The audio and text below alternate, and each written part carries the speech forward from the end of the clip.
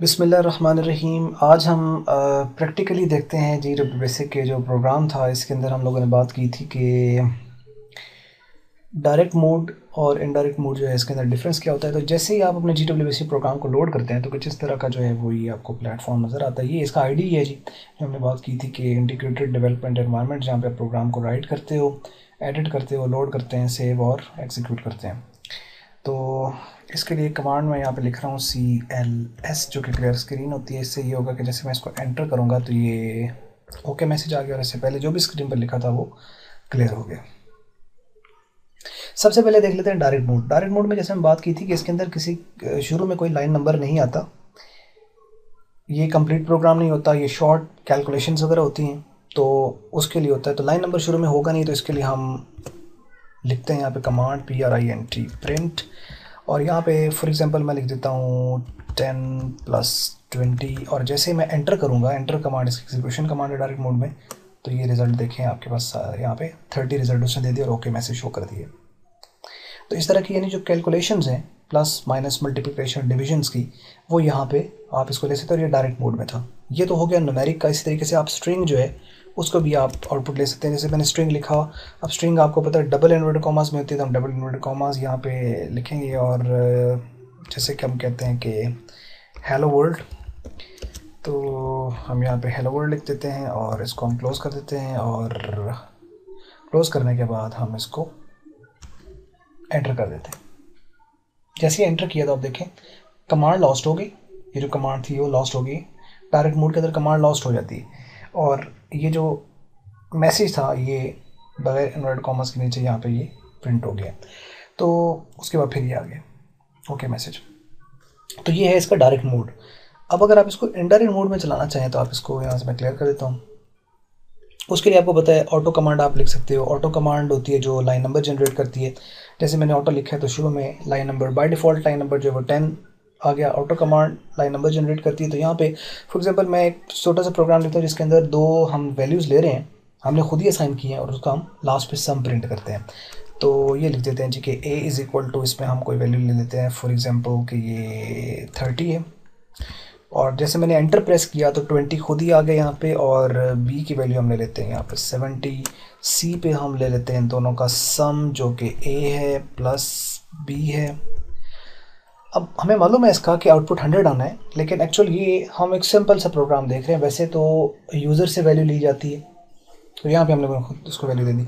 अच्छा, ये वैल्यूज़ आ चुकी हैं। अब हम एक्चुअल में C में आउटपुट है, अब इस C के आउटपुट को हम प्रिंट करना चाहते हैं। एंटर किया 40 आ गया। अब यहाँ पे हम कमांड देंगे इसका आउटपुट लेने के लिए प्रिंट, और डबल इन्वर्टेड कॉमास में लिख देता हूँ कि सम, जो भी आपका मतलब मैसेज है वो आप यहाँ पे जो लिखना चाहें तो वो यहाँ पे आप लिख सकते हैं। चलें जी, हम लिखते हैं यहाँ पे सम ऑफ 30 एंड 70 = और यहाँ पे क्लोज़ कर दिया। उसके बाद सेमी कॉलन लगाया, कॉमा भी आप लगा सकते हैं, लेकिन दोनों में डिफरेंस है। इंशाल्लाह हम नेक्स्ट वीडियो में देखेंगे कि सेमी कॉलन प्लेस करते हैं प्रिंट स्टेटमेंट की जो स्ट्रिंग होती है उसको सेपरेट करने के लिए तब क्या फ़र्क पड़ता है, और कॉमा अगर प्लेस करें तब क्या फ़र्क पड़ता है। चलें यहाँ पे देखते हैं जी। हम यहाँ पे पुट कर देते हैं इसका जो वेरिएबल है C, ये लिख दिया। एंटर मैंने किया लेकिन आउटपुट नहीं आया क्योंकि अगली लाइन स्टार्ट हो गई। अब यहाँ पे मैं उसको प्रोग्राम को करता हूँ एंड कर दिया। अब आना चाहिए आउटपुट, लेकिन अभी मैंने एंटर किया है, अभी भी आउटपुट नहीं आ रहा। तो मैं क्या करूं? अब क्या करूं? मैं रन लिखूं। चलें रन लिख के देख लेते हैं जी। रन लिखा, फिर 70 पे चला गया। ये एक प्रॉब्लम है जो आ सकती है कि मैं इसको रन भी कर रहा हूं लेकिन मेरा आउटपुट यहाँ पे नहीं आ रहा है। तो एक्चुअल में ये है जी कि आपको इस ऑटो कमांड से बाहर आना होता है। अगर आप इससे बाहर नहीं आएंगे तो ये प्रोग्राम आपका आउटपुट नहीं देगा, तो ये ऐसे लाइन नंबर जनरेट करता जाएगा। तो ये एक प्रॉब्लम है। तो क्या करें फिर ऑटो, इसका फिर ये होता है कि या तो ऑटो कमांड हम लिखें ना, हम खुद ही लिखते हैं और आखिर पर रन करेंगे तो रन हो जाएगा। असल में ये जो प्रोग्राम है ये एक एक्सिक्यूशन की एक फॉर्म में एंटर्ड हो चुका है, जो कि लाइन नंबर है उसने जनरेट करते ही जाना है। तो ये खुद नहीं रुकेगा, इसे रोकना पड़ेगा, इसे पॉज या ब्रेक करना पड़ेगा। तो उसके लिए आप अपने लैपटॉप यूज़ कर रहे हैं या कंप्यूटर यूज़ कर रहे हैं तो उसके ऊपर कीबोर्ड पर देखें जी, वहाँ वो की मिल रही है ब्रेक या पॉज की लिखी हुई है। कुछ ये कंप्यूटर्स पर होती है, कुछ पे नहीं होती। लैपटॉप पर ज़्यादातर नहीं होती, जैसे डेल के या HP के या लेनोवो के जो लैपटॉप सारे हैं अभी, उनके ऊपर ये पॉज या ब्रेक की नहीं है।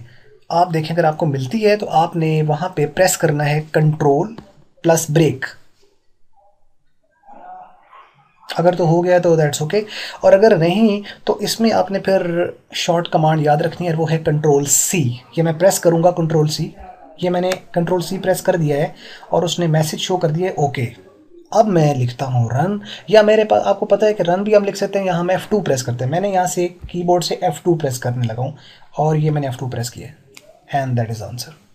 जैसे मैंने F2 प्रेस किया तो उसने खुद रन लिख दिया यहाँ पे, और ये जो आउटपुट इसका आया उसने लिख दिया यहाँ पे as it is sum of, ये चूँकि डबल इनवर्टेड कॉमास में जो लिखा होता है एज इट इज़ प्रिंट होता है, तो उसने लिख दिया sum of 30 and 70 is equal to, ये डबल इनवर्टेड कॉमास में था एज इट इज़ आया, और ये C जो था इसके अंदर वो वैल्यू थी A और B की, वो यहाँ पे 30 प्लस 70 100, और उसके बाद लास्ट पे उसने मैसेज शो कर दिया है।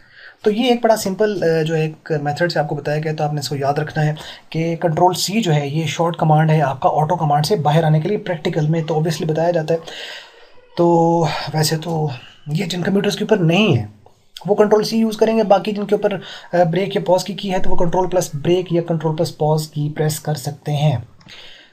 कुछ में ये कीबोर्ड पर नहीं होती है तो आप उसके लिए ऑन स्क्रीन कीबोर्ड जो है OS के, वो भी आप यूज़ कर सकते हैं, वहाँ से भी ये आप ला सकते हैं। तो उम्मीद करते हैं जी आपको वीडियो जो है वो समझ आई होगी। बड़ा सिंपल सा प्रोग्राम था, सो दैट कि आपको प्रैक्टिकली भी कुछ पता चले कि एक्चुअल में ये क्या हो रहा है। तो अगर वीडियो अच्छी लगी तो इसको लाइक करें, और अच्छी नहीं लगी तो ज़रूर इसको करें डिसलाइक, और कमेंट्स में ज़रूर लिखें कि इसको बेहतर किस तरीके से किया जा सकता है। तो वीडियो देखने का आपका बहुत बहुत शुक्रिया।